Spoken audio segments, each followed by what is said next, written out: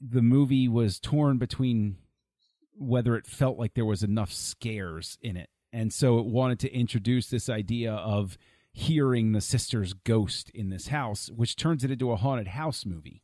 Yeah. Which isn't this movie. It's not this story. Like, it would be different if the whole plot was the house itself is built on an ancient burial ground, and so the dead, the fabric between reality is The Shining. or something. But that's, The Shining. Yeah. The Shining. Right? Yes. Correct. Absolutely. Yeah. Zach, what'd you think? Well, she wasn't played by a teenage boy this time. She's played by a teenage girl, so that was a plus. But yeah, I think, and again, it goes into them restructuring the story a bit. I did look, if they're going to use Zelda, I'm glad they expanded it a little bit because of that. Because the first one, it just felt really, just really random, And in this one, at least they kind of like space it out normally. I don't really have a preference one way or the other about like the way she died. But I do think they took out so much other stuff that they needed to supplement it with something. That's why we have that extended scene where the bathroom becomes the dumb waiter and things of that nature. Weird. But to something you addressed earlier is, instead of spending the time with that much of it and those extra jump scares and everything, that's more time you could have devoted to Judd. Or even Judd and Ellie, to reinforce that specific relationship, would have rounded that out even more, and made that feel more emotionally impactful. Well, in the original novel, Judd's wife is still alive, and she eventually passes away. But early on, she has a heart attack, and then Lewis, being a doctor, helps her get over that, and that's why Judd feels indebted. He likes Ellie and stuff, but another reason why Judd feels indebted to help Lewis with Church when he gets killed, and that's a subplot that is not in either movie. And if they wanted to pad stuff out and then wrap back around to the wife, they could have done that as well. So there's plenty of it's a long book. There's plenty of material they could have used and not invent these jump scares that could come out of The Conjuring. You're telling me that a Stephen King book is long? That's crazy talk. That Cemetery's not that long, and it's a quick read. It's actually a very quick read. I remember when I read it, I'm like, wow, I went through this. Now, see, I've never read it, but I'm going to read it now because I'm legitimately curious, because since there are two, you got the two different versions and everything, I'm at least intrigued enough now, having gone through this whole journey with you guys. Now I want to read but I got to be a completist about it. I got to read it now, is basically what it boils down to. Zach, if you want to read it and I want to read it, maybe we could do a bonus content for the patrons and talk about the book. Maybe we could. I got to warn you, I'm a slow reader. It's okay. I got a busy summer ahead of me. So sometimes the movie is better. Sometimes the movie's better. Nice.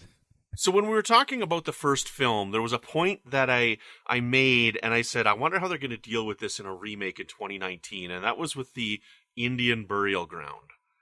And they didn't really address it that much in the movie. They did, but they didn't talk about it as much as they did in the first one, which I thought was good, because to me it was more culturally appropriate, but it's still, like, they still couldn't get around it. Like, I don't know how they could have just completely excised it. Right? Maybe they could have invented something or even just not addressed it at all, because they didn't even mention it until much later in the film. Like, when Judd's taking him up there, he's not saying it's an Indian burial ground when they're burying the cat. Right? Mm-hmm. It's actually kind of a bit later that they start talking about, the Indians and what they were doing in the art on the trees and stuff like that. So I wanted to talk about that too.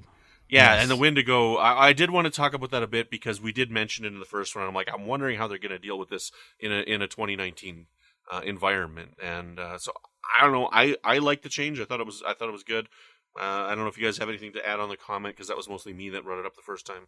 I didn't really see it as too much of a change. The terminology might have changed a little bit, and they might have not, phrased it the same way, but it's still essentially the same thing. And I mean, the thing is, stories like this they've always been there.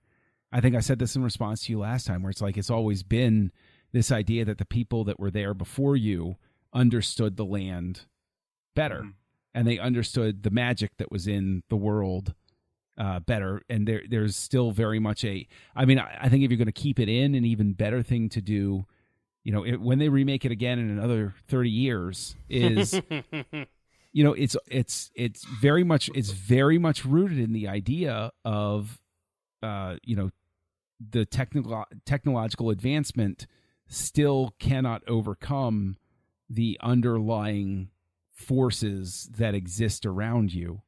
And I think that I know through my whole life there's always been this sort of spiritual respect for the native tribes as having understood the land better than the people who took it from them. Now, as far as rewriting it, they could have simply replaced it. I'm not saying this is better. This is just something that came up at the top of my head while we're talking. But it could have been something as simple as an area where there was a radioactive spill. No. That's a science. That's a science fiction movie. That's not a horror movie. No, Curse. Alien's a science fiction movie. No. No. Yes. Okay. I'm not saying they should have done it. I'm not the writer. I didn't write the thing. I'm just saying that's something they could have done something else, right? Yes. I'm just saying. I don't know what else they could have done. I don't write movies in Hollywood. Alien. You're absolutely right. Alien is a science fiction horror movie, but this is not a science fiction. It's a horror. You would so fundamentally change the core of everything about it. Brandon, that's like putting aliens in Indiana Jones. That is crazy. They would never do that. Why you got to do this?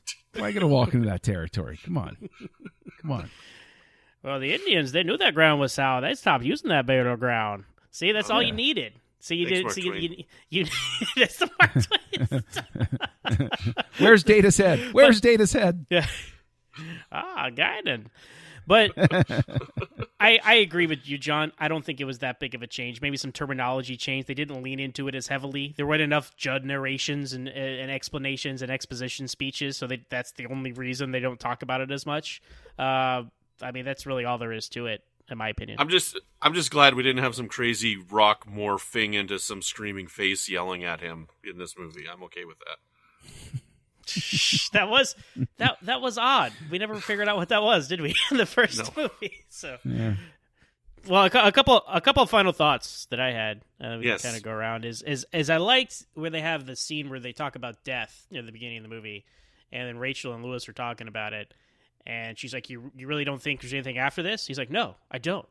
And understanding that being his worldview, you understand why he does what he does. Because he has no hope about the afterlife and the family being reunited, that kind of stuff, the soul, nothing. His only worldview is this world, this tangible, physical world. So that's why he does the lengths he does. Of course, that kind of, I thought, okay, that's why he tries the kid. That's why he'll eventually try to resurrect the wife. Of course, they swerve and they don't do that. but still, it still applies because that's why he goes to the lengths he does. And I thought that was a good, just kind of character insight that we didn't necessarily get, at least in the first movie. It might be in the book. I don't know. Did you guys catch the kind of, well, there are a lot of Shining references in this, but totally Shining when she kind of throws Gage out the window there, second floor window. Totally thought of The Shining with Danny and Wendy in the bathroom there. Also talking about The Shining, total because they switched the kids. Gage totally has the shine. Even it reminded me so much of The Shining because the little boy saying, "It's Pascal, red rum," because he's the one that sees the ghost. So more Shining things I thought of. Anyway, I wanted to get that in there before he wrapped up. So, but he also drew the picture, right? Right, but we had debated in the first one that we got the sense that Gage had seen. No, that Ellie did. But the picture was an extra touch that I thought was really good. Yeah. See, and watching it the first time, I got the impression that she was lying by saying that Gage. I got kids. It sounded to me like she was lying and that she actually did draw the picture. But then at the end, I'm like, no, wait. I think that it actually was Gage, and that's setting up the fact that the Pascal thing, which wasn't paid off well. So, there's a couple things I didn't like in this movie, but I really did enjoy the movie. It's a remake, right? They made some changes. I don't agree with every change they made. I liked some of the other ones that they did make. So, I enjoyed it. Mm-hmm. It's a remake that I think justifies its own existence. If it were just a beat by beat, it would be like, why? What's the point?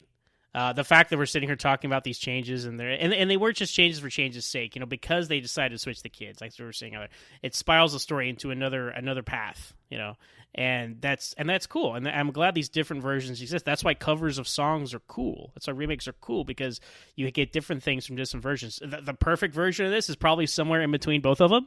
But hey, I'm glad we have the choices and the variation to choose from. John, did you have any final thoughts on the film? I'm not trying to be like the negative guy or anything, but I didn't agree with having the Ramones song on it.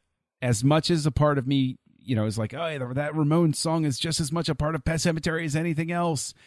This movie was supposedly trying to be its own thing, and by having the Ramones song, which is informed by the sensibilities of that original movie. That song belongs to those sensibilities. It doesn't belong to this one. And I thought it was a very discordant thing to put over the end credits in this case. It just didn't work after this type of movie. Interesting. You're crazy. Probably. No, I thought it was a fun callback to the original movie. I mean, like, that's the extent of my thought process on it. But I know the song means a lot more to you than to me. I'm like, oh, that's cool. They even did the original song. Nice. Zach, so what are we rating this out of? I don't remember. Well, first, Brandon, we did the last episode. Well, first, Brandon, we have to have a kill count. Yes. So y'all have to help confirm or deny with me the the kill count here, or the death count. So the cat. We have one cat in church. We have. I'm not going to count the dog we see because the dog was already dead. We have Ellie. We have Rachel. We have Lewis. We have Judd, and I believe that's it. Did we count Zelda? Did we count? Oh, Pascal. I'm sorry, Pascal. Did we count Zelda the first time around? I don't think we did because it was a flashback. I don't think we did. No, but we can in this one because it was on screen. So that's 7. But it was technically on screen in the first one, wasn't it? No, I don't think so. No. But we did. Well, we will count it this time because you literally see her fall down to her death. So we will count it. So that's 6 people and 1 cat. Did you mention Gage in that mix? Did Gage die? Well, did he? I think we didn't see it. Oh, no. If you piece together that opening and that ending, that kid's over. But okay, but between the flashback death and the Gage death, do we want to just count that as one, or do we? I don't. John, you're our guest. You decide. Do we count Gage's dying? I say that yes, Gage is dead. All right. And John is dead set on killing this 2-year-old boy. We'll do it. Hey. We have 7 people and 1 cat, which brings our grand total for the Pet Semetary franchise to 22 people, 3 dogs, 6 cats, and countless rabbits. Rabbits. Yes. Oh, I love that. We're still counting the rabbits. Clancy Brown's rabbits. So, all right, guys. Well, John, you're our guest. You'll go first. Out of how many times would you resurrect out of 5 Pet Semetary 2019? I feel like I have to duck after I say this, but 1.5. Whoa. 1.5. Whoa. And I thought I was being negative. Goodness gracious sakes alive. Dude. That came out of left field based on our discussion that we just had. Holy boy, I thought you enjoyed this. I thought you liked this more than that. I don't recall, John. What did you give the first Pet Semetary? 3.5. 3. Okay, because I gave Pet Semetary 2 1.5. Goodness gracious. I can't remember Pet Semetary 2 what I did, but I think Pet Semetary 2 was either 1 or 1.5. So, I said before we wrapped up here that this justified his existence. Do you feel the same way or no? Not really, no. Wow, he would. Wow. Ouch. I Sorry, agree with Brandon. man. That was an unexpected rating, John. Holy smokes. I'm going to give it 2.5 out of 5 resurrections. I thought it was just middle of the road. I ranked the first, just for some context, I ranked the first Pet Semetary 3 out of 5. Pet Semetary 2, 1.5 out of 5. And this one would be a 2.5 out of 5. Slightly under the first one. If I had to recommend what version someone should watch, I would still recommend the 1989 version. But again, I feel like this one did enough stuff. We were sitting here talking. Most of our conversation had been the changes and the butterfly effect of those changes and this story, and this version of the story. So, that gives you food for thought, things to talk about. I think there's a perfect version of this movie somewhere in between the 1989 and the 2019